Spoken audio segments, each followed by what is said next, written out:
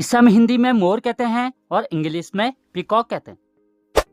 इसे हम हिंदी में तोता कहते हैं और इंग्लिश में पैरट कहते हैं। इसे हम हिंदी में कबूतर कहते हैं और इंग्लिश में पिजन कहते हैं। इसे हम हिंदी में फाख्ता कहते हैं और इंग्लिश में डव कहते हैं। इसे हम हिंदी में गौरैया कहते हैं और इंग्लिश में स्पैरो कहते हैं। इसे हम हिंदी में कौवा कहते हैं और इंग्लिश में क्रो कहते हैं।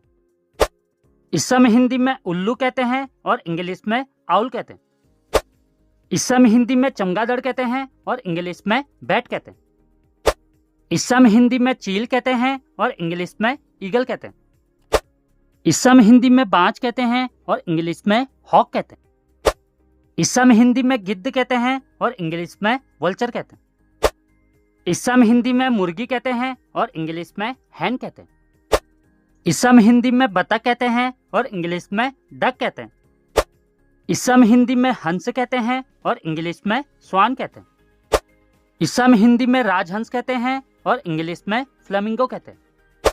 इसे हम हिंदी में सारस कहते हैं और इंग्लिश में क्रेन कहते हैं। इसे हम हिंदी में बगुला कहते हैं और इंग्लिश में हेरन कहते हैं। इसे हम हिंदी में नीलकंठ कहते हैं और इंग्लिश में इंडियन रोलर कहते हैं। इसे हम हिंदी में मैना कहते हैं और इंग्लिश में माइना कहते हैं। इसे हम हिंदी में कोयल कहते हैं और इंग्लिश में कुक्कू कहते हैं। इसे हम हिंदी में बुलबुल कहते हैं और इंग्लिश में नाइटिंगेल कहते हैं। इसे हम हिंदी में कठफोड़वा कहते हैं और इंग्लिश में वुडपेकर कहते हैं। इसे हम हिंदी में राम चिरैया कहते हैं और इंग्लिश में किंगफिशर कहते हैं। इसे हम हिंदी में हुदहुद कहते हैं और इंग्लिश में हुपो कहते हैं। इसे हम हिंदी में तीतर कहते हैं और इंग्लिश में पार्ट्रिज कहते हैं। इसे हम हिंदी में बटेर कहते हैं और इंग्लिश में क्वेल कहते हैं। इसे हम हिंदी में धनेश कहते हैं और इंग्लिश में हॉर्नबिल कहते हैं।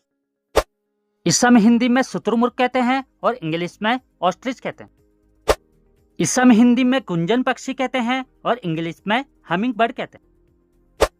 इसे हम हिंदी में पेंगुइन कहते हैं और इंग्लिश में भी पेंगुइन कहते हैं।